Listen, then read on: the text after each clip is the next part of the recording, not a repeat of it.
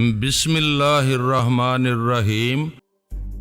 پورس نے حیرانی اور پریشانی سے سوچا، اصلی دعا انڈیا سے لے کر آیا تھا، وہ امریکہ پہنچ کر نقلی ہو گئی۔ وہ شاطر بھی میری لیبارٹری سے اصلی دعا لے کر آیا ہے اور اب اسے فرانس میں استعمال کر چکا ہے۔ وہ خیال خوانے کے ذریعے میجر ٹی ہنٹر کے دماغ میں پہنچ گیا۔ اس کے خیالات پڑے تو یہ بات سچ نکلی، وہ اپنے تمام ماتحتوں سمیت ٹیلی پیتھی کے علم سے محروم ہو چکا ہے۔ وہ دونوں ہاتھوں سے سر تھام کر سوچنے لگا، میرے خلاف جو بھی شاطر ہے وہ قیامت کی چال چل گیا ہے۔ میں اس دنیا سے ٹیلی پیتھی کے علم کو مٹانے کا اعزاز حاصل کرنا چاہتا تھا اور میں تنہا ٹیلی پیتھی کی صلاحیتوں سے مالا مال ہو کر سب پر حکومت کرنا چاہتا تھا، لیکن وہ شاطر یہ کامیابیاں حاصل کر رہا ہے بھگوان آخر وہ کون ہے؟ اب اسے سب سے پہلے اپنی فکر ہوئی۔ عقل نے سمجھایا اس شاطر نے اسے انڈیا جاتے اور امریکہ واپس آتے دیکھا ہے، ہو سکتا ہے وہ اس کی رہائش گاہ اور اس کے علاقے سے واقف ہو اور وہ ایسی جگہ آ کر دوا سپرے کرے گا تو اسے بھی ٹیلی پیتھی سے محروم کر دے گا۔ وہ اسی وقت گولی نگل کر نادیدہ ہو گیا، پھر اس رہائش گاہ کو چھوڑ کر کسی نامعلوم منزل کی طرف جانے لگا۔ اسی وقت اس نے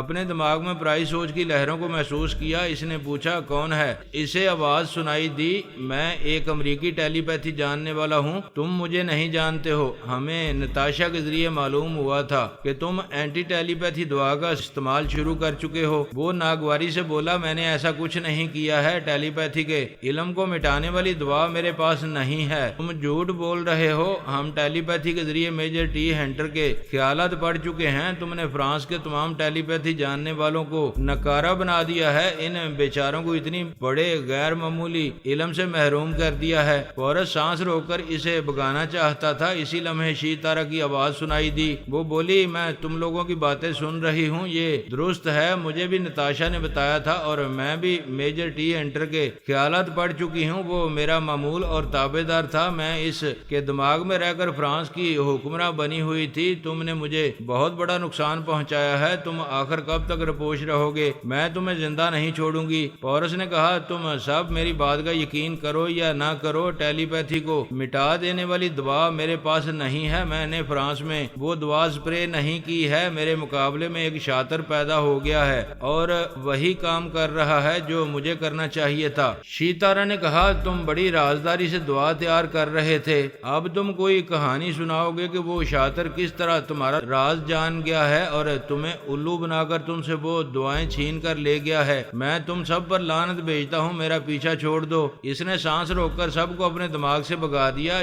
شیتارا آشرم کے ایئر کنڈیشنڈ کمرے میں دماغی طور پر حاضر ہو گئی۔ وہ وہاں بڑی شان و شوکت سے زندگی گزار رہی تھی۔ سوامی تلک رام بھاٹیا اس پر بڑا مہربان تھا، اس کے رہنے سہنے، بھکتی اور گیان حاصل کرنے کے سلسلے میں اس کی رہنمائی کر رہا تھا۔ اس نے اسے مخاطب کیا، سوامی جی، ابھی پتہ چلا ہے پورس نے فرانس کے ٹیلی پیتھی جاننے والوں کو اس علم سے محروم کر دیا ہے۔ میرا معمول اور تابع دار میجر ٹی ہنٹر بھی خیال خوانی کے قابل نہیں رہا ہے۔ سوامی تلک رام بھاٹیا نے کہا، یہ اچھی بات ہے کہ اس نے وہ دعا تیار کر لی ہے اور دعا کامیاب ثابت ہو رہی ہے۔ یہ آپ کیا کہہ رہے ہیں؟ کیا یہ اچھی بات ہے؟ وہ ہمارے ٹیلی پیتھی کے علم کو نقصان پہنچائے گا؟ میں پہلے بھی کہہ چکا ہوں، وہ خواہ کتنی ہی دعا سپرے کر لے، وہ دعا آشرم کے اس حصے تک اثر دکھانے نہیں آئے گی، ہم محفوظ رہیں گے۔ آپ کبھی آشرم میں موجود نہیں رہیں گے تو وہ نادیدہ بن کر یہاں آ سکتا ہے، نہیں آئے گا۔ پورس ہمارے دھرم سے تعلق رکھتا ہے، وہ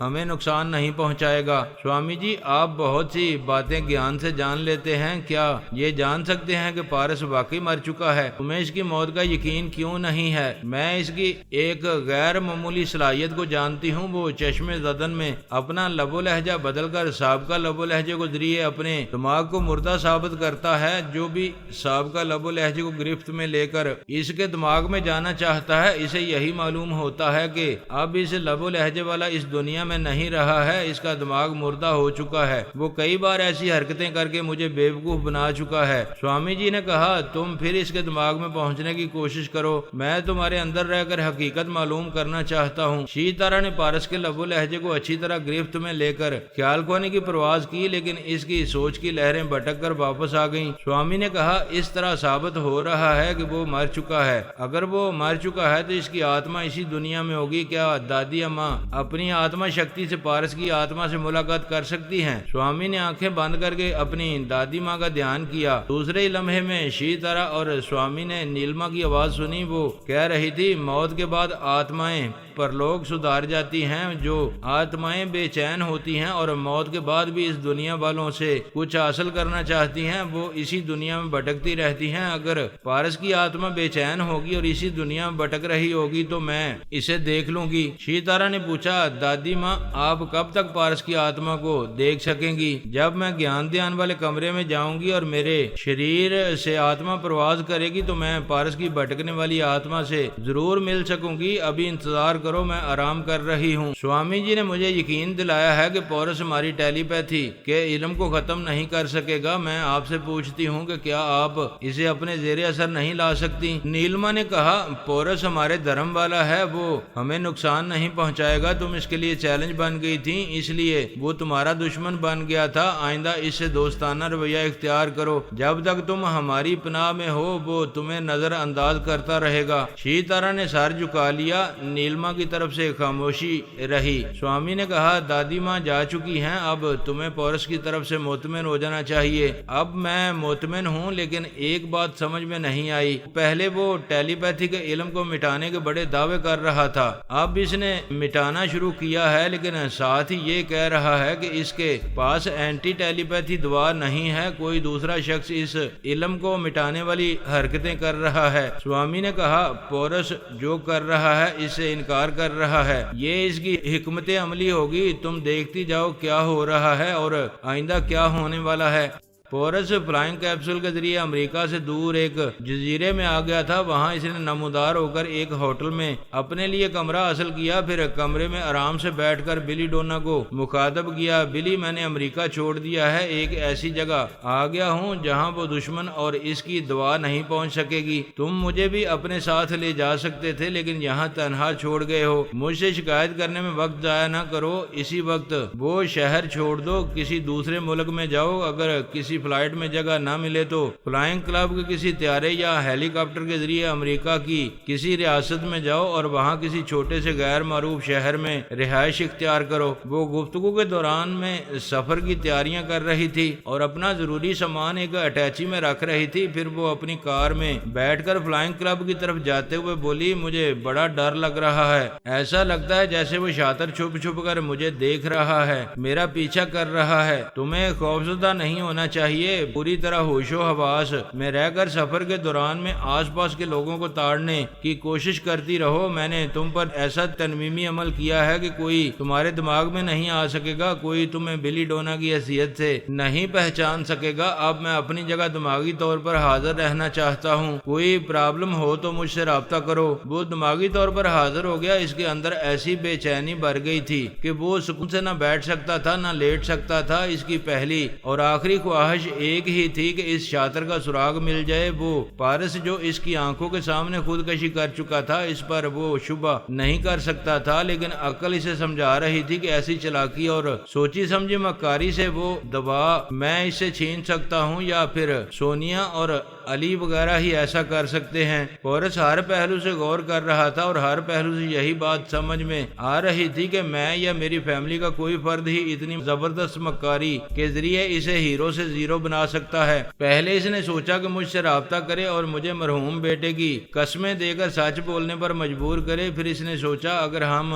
مکار ہیں تو بڑی مکاری سے اسے ٹال دیں گے اور وہ حقیقت معلوم نہیں کر سکے گا، لہذا ذرا صبر سے یہ مشاہدہ کرنا ہوگا کہ وہ آئندہ کیا کرنے والے ہیں۔ اگر انہوں نے سب ہی کے ٹیلی پیتھی کے علم کو مٹایا اور اپنے علم کو برقرار رکھا تو ثابت ہو جائے گا کہ وہ سب کو ٹیلی پیتھی سے محروم کر کے خود اس علم کے ذریعے سب پر حکومت کرنا چاہتے ہیں۔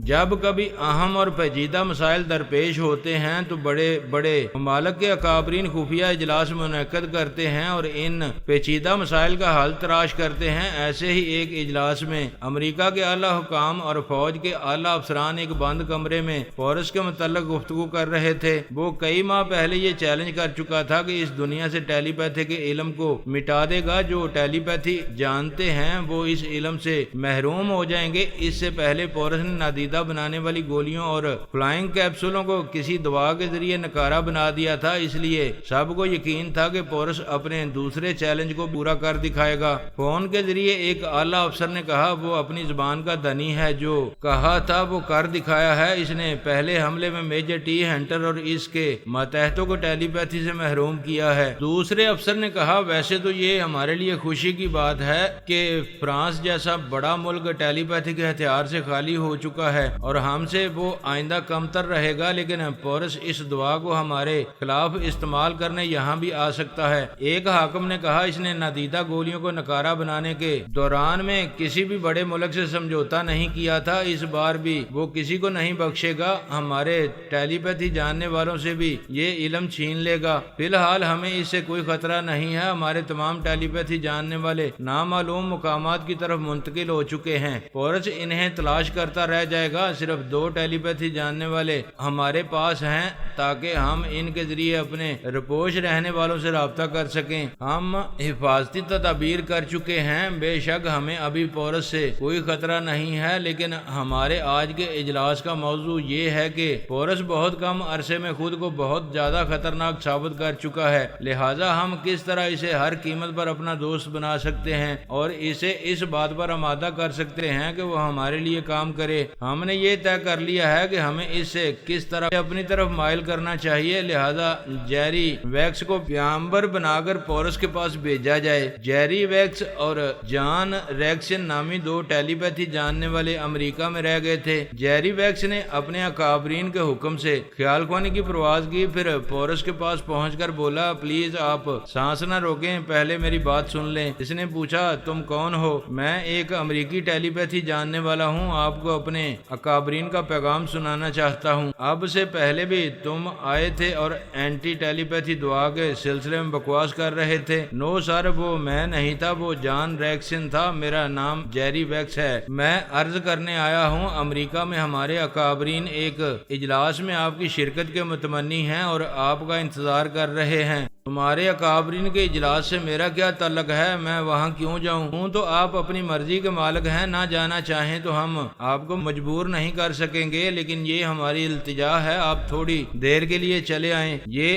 اجلاس امریکہ میں کہاں ہو رہا ہے؟ آپ میرے دماغ میں تشریف لے آئیں، میں ابھی آپ کو وہاں لے چلوں گا، وہ سب آپ کے منتظر ہیں۔ پورس اس کے دماغ میں آیا، وہ اپنے اکابرین کے اجلاس میں دماغی طور پر حاضر ہو کر بولا حضرات پورس صاحب اس وقت میرے دماغ میں موجود ہیں اور میری زبان سے گفتگو کریں گے۔ پورس نے جیری ویکس کی زبان سے پوچھا آپ حضرات نے مجھے کیوں یاد کیا ہے؟ فوج کے ایک اعلیٰ افسر نے جیری ویکس کو دیکھا، پھر کہا یہاں آپ کے لیے ایک کرسی خالی ہے، تشریف رکھیں، میں اپنے گھر کے ایک آرام دہ صوفے پر بیٹھا ہوں، ویسے جیری تم بیٹھ جاؤ۔ جیری ویکس ایک خالی کرسی پر اپنے اکابرین کے برابر بیٹھ گیا۔ ایک افسر نے کہا مسٹر پورس آپ بہت باکمال ہیں، آپ کی جتنی تعریفیں کی جائیں کم ہیں، آپ نے فرانس والوں سے ٹیلی پیتھی کا ہتھیار چھین لیا ہے۔ میں آپ کے ایک ٹیلی پیتھی جاننے والے جان ریکس سے پہلے کہہ چکا ہوں کہ میجر ٹی ہنٹر اور اس کے ماتحتوں کے ساتھ جو ہوا اس کا ذمہ دار میں نہیں ہوں۔ ایک اعلیٰ افسر نے کہا جان ریکسن نے ہمیں بتایا ہے کہ آپ نے جو کارنامہ انجام دیا ہے اس سے انکار کر رہے ہیں، کیا کیوں انکار کرنے میں کوئی مصلحت ہے؟ وہ بولا میں جو کچھ کہہ رہا ہوں اس پر آپ حضرات یقین کریں گے تو میں یہاں رہوں گا، ورنہ ابھی چلا جاؤں گا۔ ہم آپ کی باتوں کا یقین کریں گے، پلیز آپ یہاں سے نہیں جائیں، ہم آپ سے اہم معاملات پر گفتگو کرنا چاہتے ہیں۔ یہ درست ہے کہ میں نے ٹیلی پیتھی کے علم کو مٹا دینے کا دعویٰ کیا تھا اور اس مقصد کے لیے دعا بھی تیار کر لی، لیکن اچانک میرا کوئی ایسا مخالف پیدا ہو گیا ہے جس نے میری بے خبری سے فائدہ اٹھایا ہے، وہ میری تیار کردہ تمام دعائیں چرا کر لے گیا ہے۔ اس نے میجر ٹی ہنٹر اور اس کے تمام ماتحتوں کو ٹیلی پیتھی کے علم سے محروم کیا ہے۔ میں حیران ہوں کہ وہ کون ہے جو مجھے کرنا چاہیے تھا، وہ کام وہ کر رہا ہے اور الزام مجھ پر آ رہا ہے۔ ہم آپ کی ان باتوں پر یقین کرتے ہیں۔ اس طرح ایک نیا مسئلہ پیدا ہو گیا ہے کہ وہ دعا کس شخص کے ہاتھ لگ گئی ہے، پتہ نہیں وہ کس کا دوست ہے اور کس کا دشمن ہے، کس کی ٹیلی پیتھی برقرار رکھے گا اور کس کی ٹیلی پیتھی مٹا دے گا۔ دوسرے افسر نے پوچھا آپ خود اندازہ کر سکتے ہیں جب سے آپ ٹیلی پیتھی کے عملی میدان میں آئے ہیں تب سے آپ کی زیادہ مخالفت کس نے کی ہے؟ سب ہی نے زیادہ سے زیادہ مخالفت کی ہے۔ میں نے سب کی نادیدہ بننے والی صلاحیتیں چھین لی تھیں اور آئندہ ٹیلی پیتھی کا علم چھیننے والا تھا، اس لیے سب ہی میرے دشمن بن گئے تھے اور سب ہی اپنے اپنے طور پر میری جان لینے کی کوشش کرتے رہے تھے۔ جیسا کہ ہمیں معلوم ہوا ہے، آپ کی سب سے پہلی دوستی شی تارا سے ہوئی تھی، پھر آپ دونوں ایک دوسرے کے دشمن بن گئے۔ دشمنی کی وجہ کیا تھی؟ شی تارا نے مجھ سے فراڈ کیا تھا، میرے اعتماد کو دھوکہ دیا تھا۔ اس نے کچھ نادیدہ بنانے والی گولیاں اور فلائنگ کیپسولوں کو ایسی جگہ چھپایا تھا جہاں میں دوا سپرے نہ کر سکا۔ اس کا مطلب ہے کہ اس کے پاس نادیدہ بنانے والی گولیاں موجود ہیں۔ ہاں، چند گولیاں ہیں، پھر تو وہی نادیدہ بن کر آپ کی دعائیں چرا سکتی ہے۔ پورس نے کہا، مجھے اس پر شبہ ہے لیکن یقین نہیں ہے کہ شی تارا نے دعائیں چرائی ہیں۔ میری خفیہ لیبارٹری تک پہنچنے، پھر وہاں سے اصل دواؤں کے سینکڑوں کین چرانے کے لیے ذہانت اور مکاری لازمی ہے۔ شی تارا مکاریاں تو خوب دکھاتی ہے لیکن وہ مکاریاں ذہانت سے خالی ہوتی ہیں، جن کے نتیجے میں اسے ناکامیوں کا منہ دیکھنا پڑتا ہے۔ ہم مانتے ہیں کہ آپ کے سب ہی دشمن ہیں، لیکن اس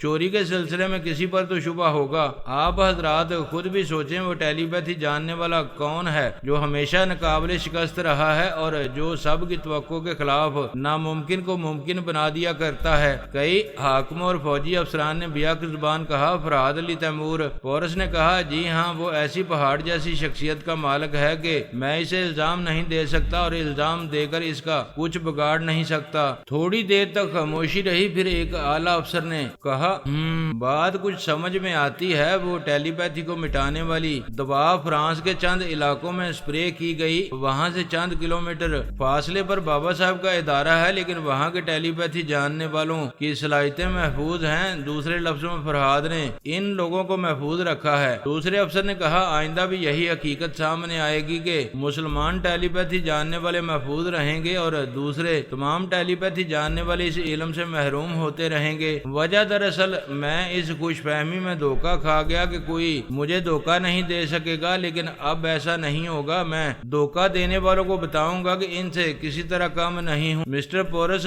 آج تک ایسی کوئی مثال قائم نہیں ہوئی ہے کہ ایک تنہا شخص پوری دنیا سے لڑنے میں کامیاب رہا ہو۔ ٹیلی پیتھی کا علم حاصل کرنے کے لیے ہمیشہ بڑی جماعتیں اور بڑی تنظیمیں بنائی جاتی ہیں۔ ہمارا دوستانہ مشورہ ہے کہ آپ تنہا نہ رہیں، ہمیں اپنا مخلص دوست سمجھیں۔ آپ ایک بار ہم پر بھروسہ کریں، پھر ساری عمر بھروسہ کرتے رہیں گے۔ پورس نے کہا، تجربات مجھے سکھا رہے ہیں کہ میں تنہا رہ کر دنیا کے تمام ٹیلی پیتھی جاننے والوں پر نظر نہیں رکھ سکوں گا، پھر میرا کوئی اپنا نہیں ہے، سب ہی دشمن ہیں۔ اگر ایک دشمن مجھے دوا کے سلسلے میں نقصان پہنچا سکتا ہے تو کوئی دوسرا دشمن میری توقع کے خلاف اچانک مجھ پر جان لیوا حملہ کر سکتا ہے۔ آپ کی سوچ بالکل درست ہے۔ ہم یہ جانتے ہیں کہ آپ آئندہ چند دنوں میں یا چند ہفتوں میں پھر ویسی ہی دوا تیار کرا لیں گے، لیکن دوا کی اور آپ کی جان کی سلامتی کے لیے ایک منظم جماعت کی ضرورت ہے۔ آپ کی تنظیم اتنی مضبوط ہو کہ کوئی دشمن خواب و خیال میں بھی آپ کے قریب نہ پہنچ سکے۔ ہاں، اب میں یہی کرنے والا ہوں، تنظیمی عمل کے ذریعے بہترین جان نثاروں کی ایک ٹیم بنانے والا ہوں۔ ہم آپ سے دوستی قائم رکھنے کے لیے ایک بہت بڑی آفر دینا چاہتے ہیں۔ وہ آفر کیا ہے؟ ہمارے ملک میں ٹیلی پیتھی کا جو شعبہ ہے، آپ اس کے سربراہ بن جائیں۔ فی الوقت اس شعبے میں 30 ٹیلی پیتھی جاننے والے ہیں، وہ سب آپ کے ماتحت رہیں گے۔ آپ تنظیمی عمل کے ذریعے انہیں اپنا جانثار بھی بنا سکتے ہیں۔ ہم آپ کے کسی معاملے میں مداخلت نہیں کریں گے۔ اس سلسلے میں ہماری ایک شرط ہے۔ آپ مجھے بہت بڑی آفر دے رہے ہیں، مجھے ٹیلی پیتھی کے شعبے کا سربراہ بنا رہے ہیں۔ ظاہر ہے آپ بھی اپنا فائدہ چاہیں گے۔ آپ اپنی شرط بیان کریں۔ صرف ایک شرط یہ ہے کہ آپ امریکی مفادات کے لیے بھی کام کریں۔ ٹھیک ہے، میں اپنے مفادات کے علاوہ آپ کے مفادات کے لیے بھی کام کروں گا، لیکن میری بھی ایک شرط ہے، آپ کبھی میرے بھارت دیش کے خلاف نہ کوئی بات کریں گے، نہ کوئی سازش کریں گے۔ ہمیں منظور ہے، بھارت سے ہماری کبھی نہ ٹوٹنے والی دوستی رہے گی۔ آج کا یہ اجلاس ہمیشہ یاد رہے گا۔ اب ہماری کوشش یہی ہوگی کہ آئندہ ٹیلی پیتھی کو مٹانے والی جو دوا آپ تیار کریں گے اسے کوئی چرا نہ سکے۔ پورس نے کہا اگر فرہاد نے وہ دوا چرائی ہے تو آئندہ وہ اپنی تمام تر ذہانت اور مکاریوں کے باوجود ایسا نہیں کر سکے گا۔ کیا وہ دوا کافی مقدار میں چرائی گئی ہے؟ ہاں، وہ تقریباً 20 کارٹن لے گیا ہے۔ ویسے آپ کو یہ سن کر خوشی ہوگی کہ وہ دوا تجربے کے طور پر بنائی گئی تھی۔ جب اسے آزمایا گیا تو پتا چلا کہ اس کا اثر صرف 12 گھنٹوں تک رہتا ہے۔ کیا آپ یہ کہنا چاہتے ہیں کہ جس پر یہ دوا سپرے کی جاتی ہے وہ صرف 12 گھنٹوں کے لیے ٹیلی پیتھی کے علم سے محروم رہتا ہے؟ ہاں، میجر ٹی ہنٹر اور اس کے تمام ماتحت 12 گھنٹے کے بعد پھر سے خیال خوانی کرنے لگیں گے، لیکن اب دوا میں تیار کراؤں گا، اس کا اثر دائمی ہوگا۔ کسی پر ایک بار وہ دوا سپرے کی جائے گی تو وہ زندگی بھر خیال خوانی نہیں کر سکے گا۔ آپ کی اس بات سے اطمینان ہو رہا ہے جو بھی وہ دوا چرا کر لے گیا ہے وہ آئندہ ہم سے کم تر رہے گا، وہ ہمارے خلاف صرف 12 گھنٹے تک کامیاب رہے گا، جبکہ ہم اسے اور اس کے لوگوں کو ساری زندگی کے لیے ٹیلی پیتھی سے محروم کر دیں گے۔